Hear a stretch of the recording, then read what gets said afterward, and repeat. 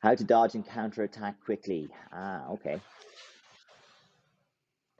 So, do you want to lead off on this one, Richie? Lead. Yeah. There you go. You answered it. Lead. There you go. So if you want to be the person that's actually dictating it as best as possible, Yeah. so you want to be the one that's setting the rhythm, to break the rhythm and things like that. You don't want to be kind of the person that's working off the reactions your opponent gives you. You want to be the person that's controlling it. You want to be the proactive side.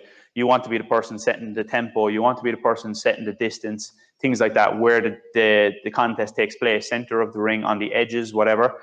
So the more things you can control and have in your favor, the better. And then you don't have to worry about these things so often. So like that, then you want to be that step ahead and set the traps.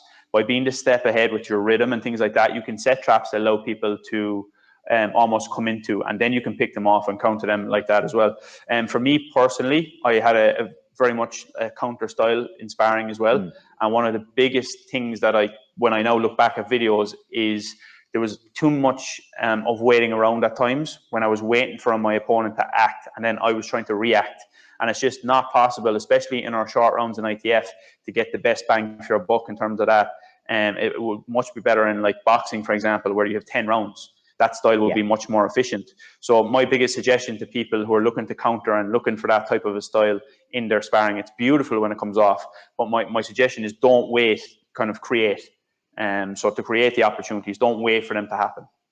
Yeah, absolutely. And I think I have to give credit to Jamie Williams for that particular one. The don't wait, create, or I think that was one of his interpretation of that phrase. But 100% agree with that. The concept is if you're dictating to the other person what options are available to them, you have a much better chance of enabling a counter. So if I start moving to my right, I'm inviting a shot that comes from that side, and means then I can counter by going directly through.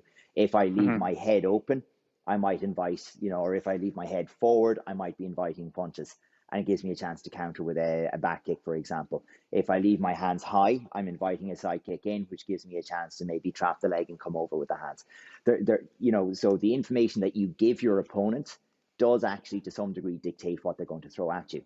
So it is about controlling the information that's available to in the match, and it's about setting setting a rhythm, setting a tempo, having your opponent follow that, and then interrupting it for them.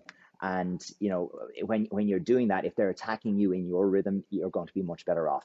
If they're following you and looking for the shot that will trap you, that's better off for you, because you know what's coming. So if I'm moving away to this, to say, if I'm here and I'm moving to this side, I'm not afraid of a shot over my blind side shoulder so much, because they'll have to catch up with me as I move. So I'm expecting something that's either going to pin me directly or that's going to come around this way. So it means I can line up my front hand, have my back hand ready as I'm moving here, and expect that I can go through. And it just means that the number of choices that I might have is much less. And that's where it gets really difficult. If you have too many options, you won't pick the right option. That's a good point. And just as well on that, I think like you said, moving and dodging, like the question suggests, it's your foot, you're setting your feet correctly is vital. And the ability to transition from attack to defense quickly and set your feet, and just giving yourself that half second to set yourself on balance, is massive. You can't get the shots off and you can't flow if your feet aren't under you.